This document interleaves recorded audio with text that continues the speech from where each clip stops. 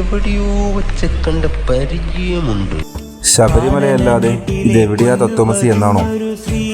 ഇത് കുന്നത്തൂർപ്പാടി മുത്തപ്പൻ്റെ ആളുടെ സ്ഥാനം. തത്വമസിയിൽ മാത്രമല്ല ഇവർ തമ്മിൽ സാമ്യം, കഥകളിലുമുണ്ട് സാമ്യം.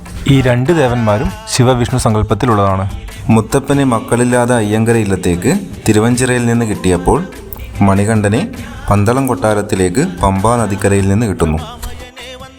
മുത്തപ്പൻ ഹരിചന്ദ്രൻ കോട്ട തകർത്ത് കുറിച്യന്മാർക്കൊപ്പം നിന്നപ്പോൾ മണികണ്ഠൻ ഉദയനൻ്റെ കോട്ട തകർത്ത് പൊള്ളാടർക്കും മലയരയന്മാർക്കും ഒപ്പം നിന്നു.